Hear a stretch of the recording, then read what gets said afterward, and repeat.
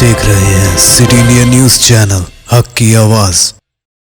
हमारे इस प्रोग्राम को पेश करते हैं कच्ची शॉप, नित नए डिजाइन और मुनफरिद रंगों के मलबूसात का वाहिद मरकज कच्ची शॉप। हमारा पता मेट्रो पिलर नंबर B1192, दाएं बाजू बड़ी चौड़ी, ऑपोजिट सुल्तान बाजार पुलिस स्टेशन हैदराबाद। हमारा फ़ोन नंबर 8639633343।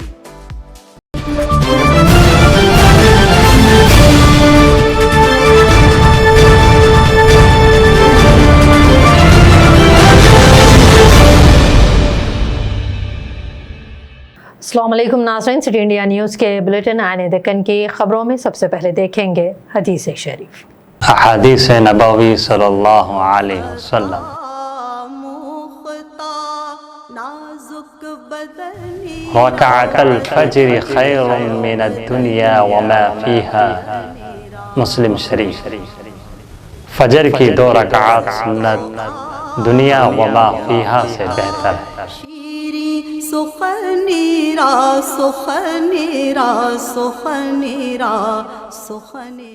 तफसीली खबरों से पहले डालेंगे एक नज़र आज की अहम हेडलाइंस पर। रियासत भर में सख्ती के साथ लॉकडाउन का निफाज अमल में लाया जा रहा है। नमाज ईद घरों में अदा करने की रियासती वज़ीर दाखिला मोहम्मद महमूद अली की आवाम से अपील। रुख करेंगे तफसीली और अहम खबरों की जानिब। रियासती वज़ीर दाखिला मोहम्मद महमूद अली ने प्रेस नोट जारी करते हुए मुल्क भर के मुसलमानों बिलखुसूस तेलंगाना के तमाम लोगों को ईद उल फित्र की मुबारकबाद पेश की। उन्होंने कहा कि कोरोना वबा की वजह से गुज़िश्ता साल की तरह इस साल भी ईद की नमाज को ईदगाह में अदा करने की इजाज़त नहीं दी गई है। वज़ीर मौसूफ ने कहा कि ईद की नमाज का अहतमाम करीबी मसाजिद में महदूद मुसल्लियान के ज़रिए किया जाए। तमाम मसाजिद बिलखुसूस जामा मस्जिद और मक्का मस्जिद में आवाम कोविड क़वानीन पर अमल करते हुए नमाजों का अहतमाम करें। बिस्मिल्लाहिर्रहमानिर्रहीम। अस्सलामु अलैकुम रहमतुल्लाहि वबरकातुहू।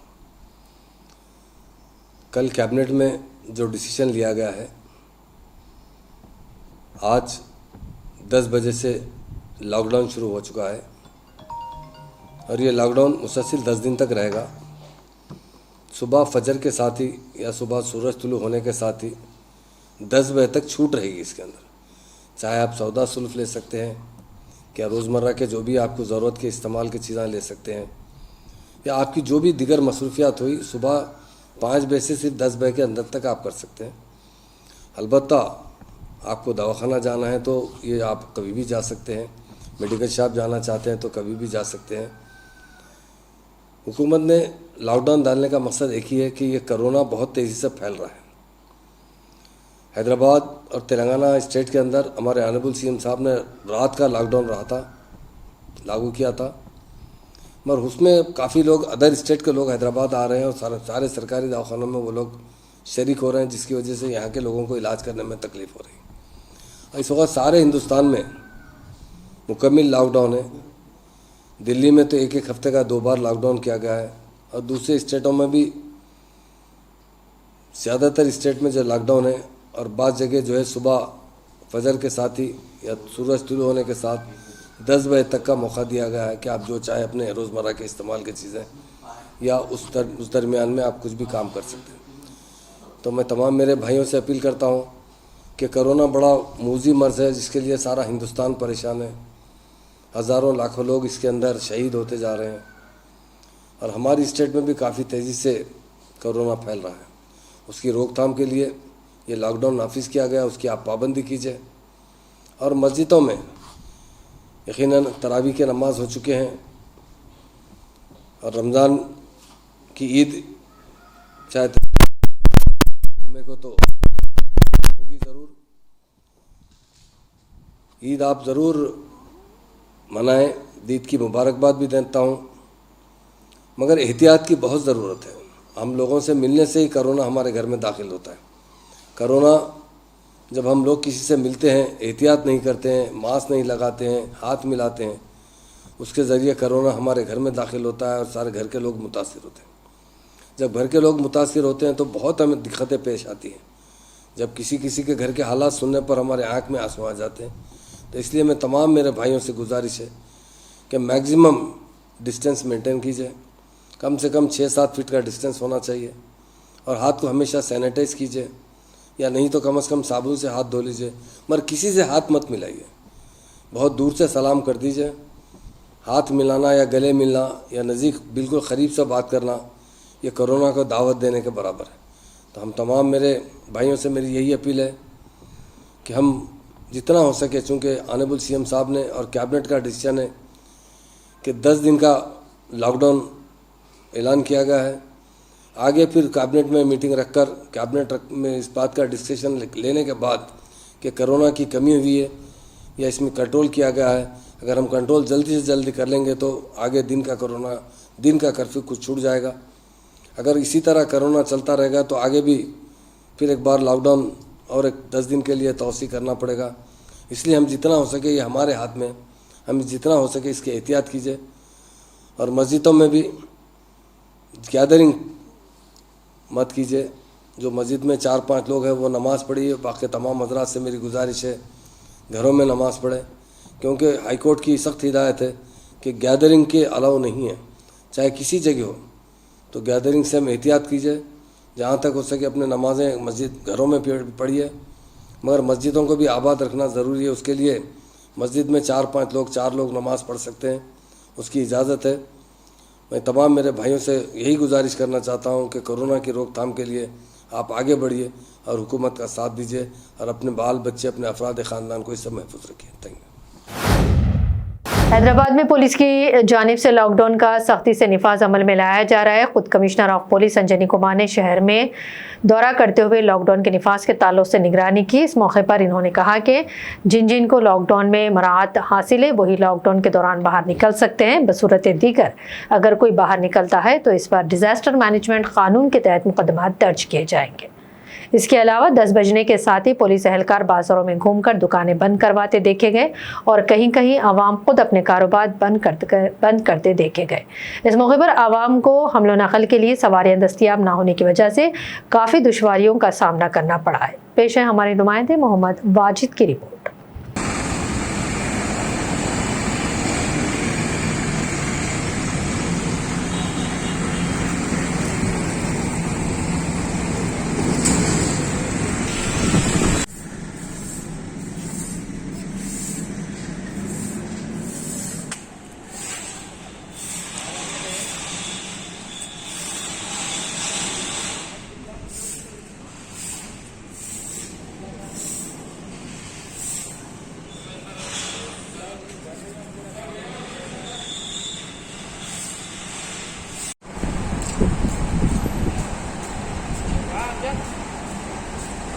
शादी की वीडियो भी नहीं सर था। रियासत तेलंगाना के तरफ से कल लॉकडाउन का जियो इशू होने के बाद हैदराबाद सिटी पुलिस के तरफ से सभी सीनियर ऑफिसर्स हमारे साथ additional CP law and order, additional CP traffic, additional CP crime, DCP south, DCP central, सभी लोग सुबह 10 बजे से इम्पोर्टेंट चेक पोस्ट पर लॉकडाउन एनफोर्समेंट को अंजाम दे रहे हैं। जैसा कि आप जानते हैं, बड़े शहरों के कंपैरिजन में, बॉम्बे, दिल्ली, बेंगलोर के कंपैरिजन में total number of positive cases Hyderabad में बहुत कम है, टोटल नंबर ऑफ डेथ भी हैदराबाद में बहुत कम है। लेकिन जो भी नंबर है इसको और कम करने के लिए लॉकडाउन की जरूरत है। ये लॉकडाउन का पर्पस है ये चेन ऑफ इन्फेक्शन को ब्रेक करना, और ये 10 दिनों में अगर आप लोग सही तरीके से कोऑपरेशन किए और हम लोग लॉकडाउन को एनफोर्स किए तो 10 दिन में ये नंबर जरूर और भी कमेगा। ये आपके बच्चों की सेफ्टी के लिए है, आपके बुजुर्गों के सेफ्टी के लिए है और आपके सेफ्टी के लिए है। इस लॉकडाउन में कुछ एग्जेम्प्टेड कैटेगरीज भी हैं, जैसे इसेंशियल सर्विसेज, पूरे मेडिकल स्टाफ, इस तरह के मेडिकल रिलेटेड जितनी भी चीज है, पेशेंट से रिलेटेड जो भी चीज है, उनको एग्जेम्पशन दिया गया है। वो अपने जेब में, अगर आपके कोई रिलेटिव हॉस्पिटल में है तो उनका प्रिस्क्रिप्शन रखिए, या अगर आप अटेंडर हैं तो बहुत से हॉस्पिटल अटेंडर का पास देते हैं, वो पास आप दिखाइए, वो भी वैलिड माना जाएगा। इसी तरीके से जो essential goods, movement of vegetable, food grains, बच्चों के लिए दूध, इस तरह का जो चीज है वो सब इसेंशियल आइटम को एग्जेम्प्टेड है।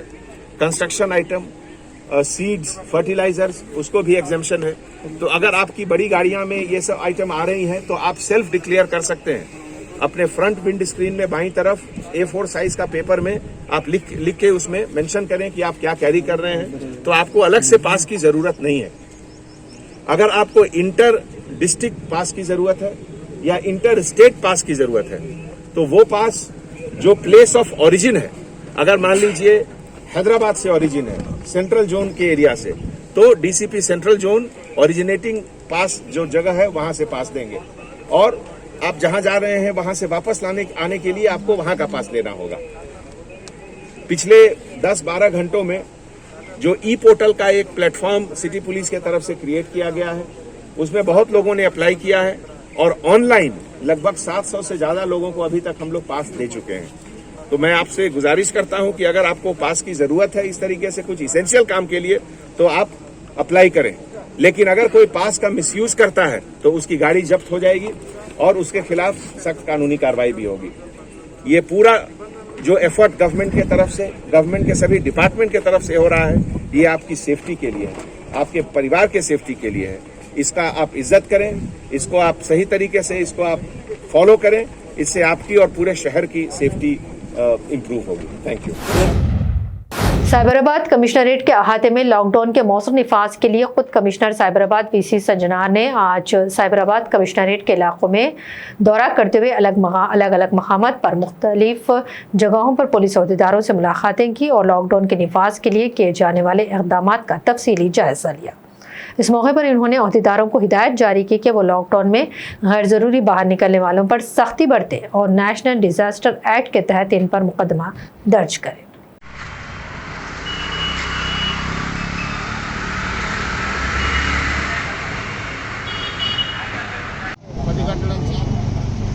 తెలంగాణ ప్రభుత్వం చేపట్టిన లాక్డౌన్ 2 చాలా సక్సెస్ఫుల్గా అమలు అవుతుంది.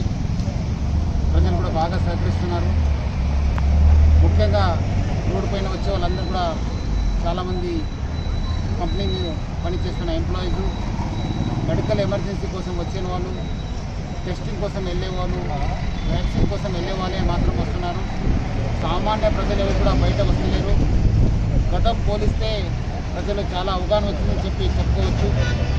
ఫస్ట్ లాక్డౌన్లో మహాత్మాకి బయటకి ప్రజలు వచ్చారు. ఈరోజు ఫస్ట్ డేనే మహాత్మాకి ఎవరు బయట రాలేదు. అనవసరం కూడా ప్రజల మూమెంట్ లేదు.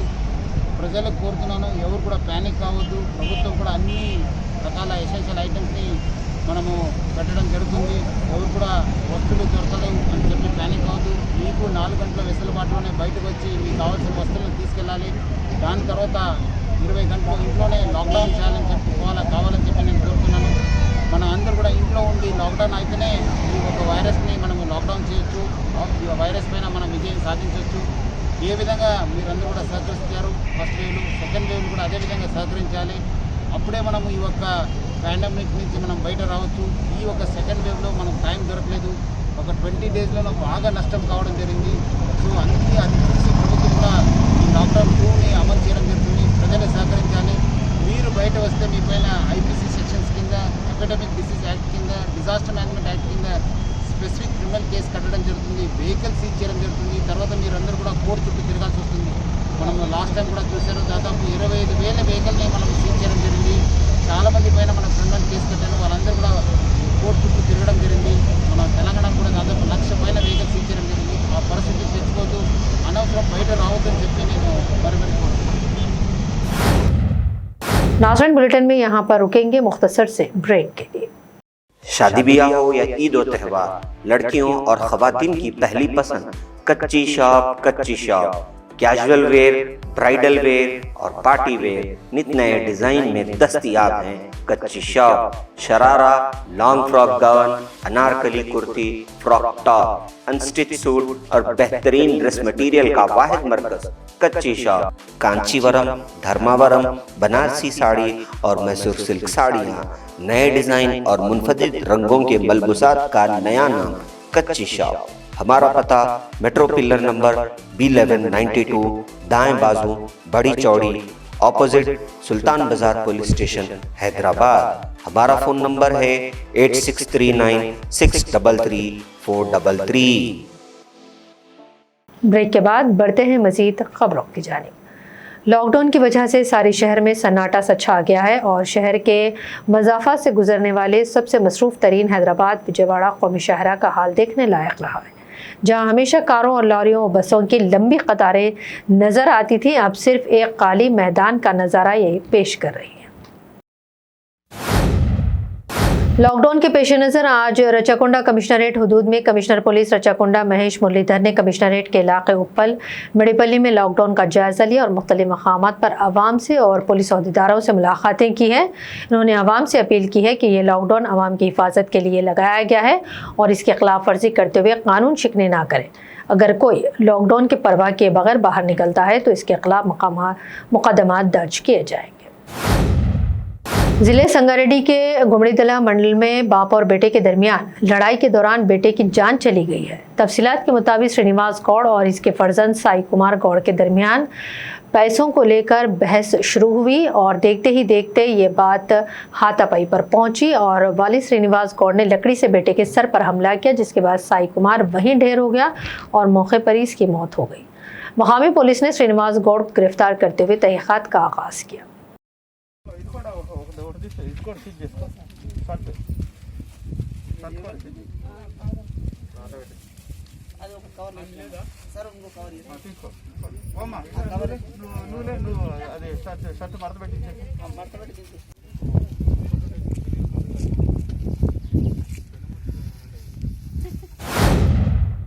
नलगुंडा हुकूमत तेलंगाना की जानिब से रियासत में आज से लॉकडाउन अमल में आ रहा है। इस मौके पर नलगुंडा DIG AB रंगनाथ ने मुख्तलिफ चौराहों पर गश्त करते हुए लॉकडाउन और पुलिस बंदोबस्त का तफसीली जायज़ा लिया और ड्यूटी पर तैनात पुलिस अफसरान को हिदायतें जारी की कि लॉकडाउन की खिलाफ वर्जी करने वालों पर वो सख्ती से कार्रवाई करें और अस्पताल जाने वाले अवाम के साथ नरमी से पेश आए। इस मौके पर DSP नलगुंडा वेंकटेश्वर रेड्डी व दीगर पुलिस अमला मौजूद था। नलगुंडा से हमारे नुमाइंदे अतीकुर रहमान की ये तफसीली रिपोर्ट।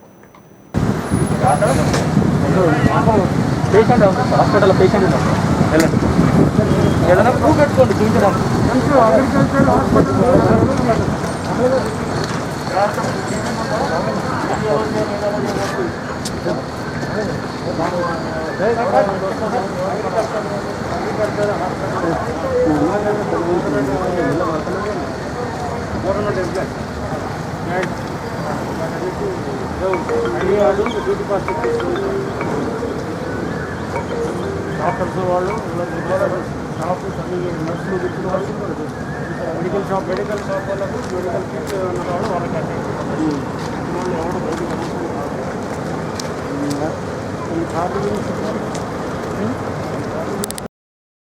तेलंगाना रियासत हुकूमत की जानिब से सुरियापेट में लॉकडाउन के ऐलान पर ज़िले सुरियापेट में मुकम्मल तौर पर बंद देखा गया और सड़कें सुनसान नजर आई। महकमा पुलिस की जानिब से बंदोबस्त किया गया कि लॉकडाउन के खिलाफ वर्जी करने वालों पर केसेस दर्ज किए जाए। ज़िले SP भास्कर ने तेलंगाना व आंध्रा बॉर्डर रामावरम का मुआयना किया। ड्यूटी पर तैनात पुलिस अहदेदारों को हिदायतें दी कि दूसरी रियासतों से किसी को भी तेलंगाना में दाखिल होने ना दिया जाए और सख्ती से हुकूमत की हिदायत पर अमल करें। सिर्फ एम्बुलेंस को इजाज़त ही रहेगी। इस तरह शहर सुरियापेट में भी मुख्तलिफ रूट्स पर जायज़ा लिया गया और बाज़ जगह पर घूमने वालों पर केसेस दर्ज करते हुए इन पर कार्रवाई की गई है। सुरियापेट ज़िले इंचार्ज मोहम्मद हाफिज़ और मोहम्मद खालिद की ये रिपोर्ट।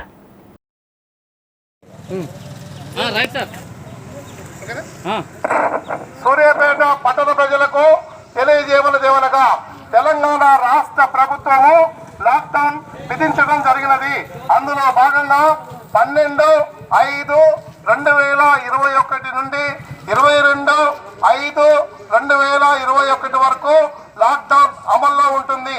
అందులో భాగంగా ఈరోజు ఉదయం 10 గంటల నుంచి మరుసటి రోజు ఉదయం 6 గంటల వరకు లాక్డౌన్ అమల్లో ఉంటుంది. సూర్యాపేట పట్టణ ప్రజలు పర్మిషన్ లేకుండా రోడ్లపైకి వచ్చినచో సూర్యాపేట పట్టణ పోలీసు వారు తీసుకోబోవు చట్టపరమైన చర్యలకు బాధ్యులవుతారు. ఇట్లు సూర్యాపేట పట్టణ పోలీస్. తెలంగాణ రాష్ట్రం మొత్తం లాక్డౌన్ అమల్లో ఉంది కాబట్టి మనము సూర్యాపేట జిల్లాలో పర్టికులర్లీ ఆంధ్ర రాష్ట్రంతో మనకు సరిహద్దు ఉంది కాబట్టి అక్కడ మనం పకడ్బందీగా ఒక చెక్ పోస్ట్ ఏర్పాటు చేయడం జరిగింది. ఈ చెక్ పోస్ట్లో మనము గవర్నమెంట్ ఇచ్చినటువంటి ఇన్స్ట్రక్షన్స్ ప్రకారం పొద్దున మార్నింగ్ 6 o'clock to 10 o'clock ఏదైతే 3 hours ఉంటుందో అప్పుడు అన్రెగ్యులేటెడ్గా మనం అందరినీ పంపడం జరుగుతుంది. 10 o'clock తర్వాత ఉదయం 10 గంటల తర్వాత ఏదైతే మన lockdown enforcement curfew hour start అయిందో అప్పటి నుంచి మనం ఈ పాస్ సిస్టమ్ అందరినీ ఒక్కొక్కరిని చెక్ చేసి ఈ పాస్ ఉంటేనే మనం అలౌ చేయడం జరుగుతుంది. ఎవరెవరికి ఎగ్జామ్షన్ ఉందంటే పర్టికులర్లీ గూడ్స్ వెహికల్స్ అన్నిటి కూడా ఎగ్జామ్షన్స్ ఉంటాయి. తర్వాత మెడికల్ ఎమర్జెన్సీకి వెళ్ళే వాళ్ళకి ఎగ్జామ్షన్స్ ఉంటాయి. అలాగే health care workers, municipal workers, essential services సంబంధించి ఏ వర్కర్స్ ఉన్నా కూడా వాళ్ళ ఐడి కార్డు తీసుకొని వెళ్ళిపోవచ్చు.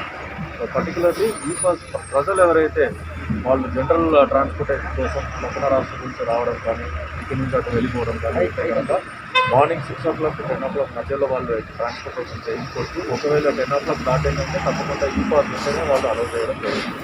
సో ఈ పాస్ సిస్టమ్ కూడా క్లియర్గా ఇన్స్ట్రక్షన్స్ ఇవ్వడం జరిగింది. అది ఆన్లైన్ పోర్టల్ ఉంటుంది తెలంగాణ పోలీస్ది. ఆన్లైన్ పోర్టల్లో ఈ పాస్ అప్లై చేస్తే ఇమీడియట్లీ వాళ్ళకి మెసేజ్ వస్తుంది. మెసేజ్లోనే వాళ్ళు ఈ పాస్ యాక్సెప్ట్ అయిందా రిజెక్ట్ అయిందా ఇన్ఫర్మేషన్ కూడా వాళ్ళకి వస్తుంది. సో యాక్సెప్ట్ అయిందంటే వాళ్ళు ఈ పాస్ని మొబైల్లో పెట్టుకొని వాళ్ళు ఇక్కడ ఉన్నటువంటి పోలీస్ సిబ్బంది దగ్గర ఈ పాస్ బార్డర్ దాటుతుంది. సో ఎవరైనా వెళ్ళాలనుకుంటే మార్నింగ్ 6 o'clock to 10 o'clock మధ్యలో వెళ్ళండి. అప్పుడు మీకు ఎవరు ఈ పాస్ కానీ అట్లాంటి అడగరు. ఒకవేళ మీరు 10 o'clock దాటారంటే ఖచ్చితంగా ఈ పాస్ ఉంటేనే మిమ్మల్ని బార్డర్ దాటడానికి అలౌ చేస్తారు. లోపల రావడం కానీ దాటడం కానీ అలౌ చేయడం జరుగుతుంది. Commissioner of police Hyderabad Anjani Kumar ने आज आवाम से अपील की है कि लॉकडाउन के पेश नज़र हुकूमत के रहनुमायाना हिदायत पर अमल करें।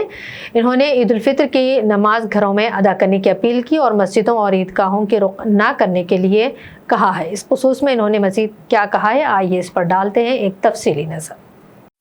मैं इन दोनों ऑफिसर से ये गुजारिश करना चाहूँगा कि जैसा अभी आपने सुना है कि कम से कम 3 या 4 लोगों को आपके जुरिस्डिक्शन में अगर आप इजाजत दे दीजिए कि 4 लोग ईद की नमाज अपने मस्जिद में पढ़ेंगे, अवाम उन्नास अपने घर में पढ़ेंगी।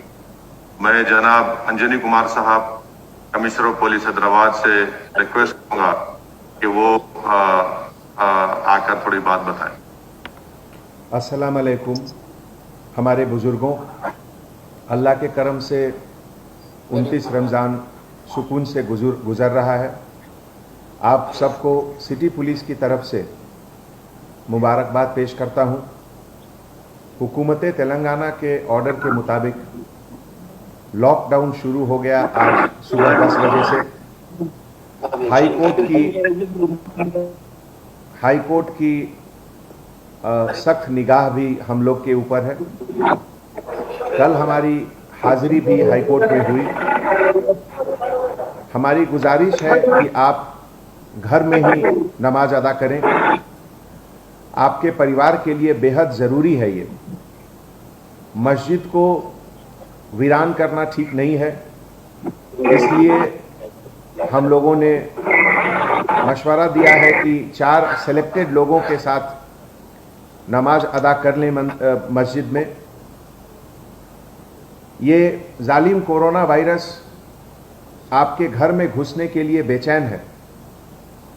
याद रहे कि खुद चलकर ये आपके घर के अंदर नहीं आ सकता है, लेकिन अगर आप रमज़ान खरीदारी के लिए बाहर जा रहे हैं, कुछ सामान खरीद कर ला रहे हैं वापस, तो उसके साथ ये आपके घर में दाखिल हो जाएगा और फिर आपके बुजुर्गों को, आपके बच्चों को परेशान करेगा।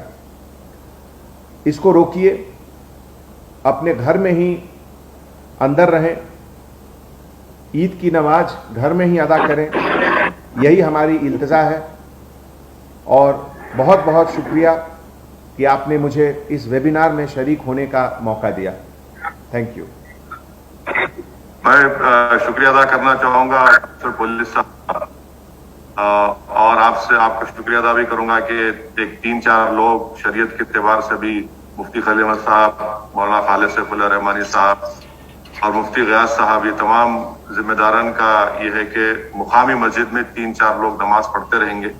तो इसलिए आपका भी शुक्रिया सर, आपको इन्फॉर्म कर रहे हैं। आप आए, बहुत बहुत शुक्रिया। और अब आखिर में डालेंगे एक नज़र आज की अहम सुर्खियों पर। रियासत भर में सख्ती के साथ लॉकडाउन का निफाज अमल में लाया जा रहा है। नमाज ईद घरों में अदा करने की रियासती वज़ीर दाखिला मोहम्मद महमूद अली की आवाम से अपील। नाज़रीन, आने दक्कन की खबरों में फिलहाल इतना ही। मजीद अपडेट्स के लिए आप देखते रहिए सिटी इंडिया न्यूज़, हक़ की आवाज़।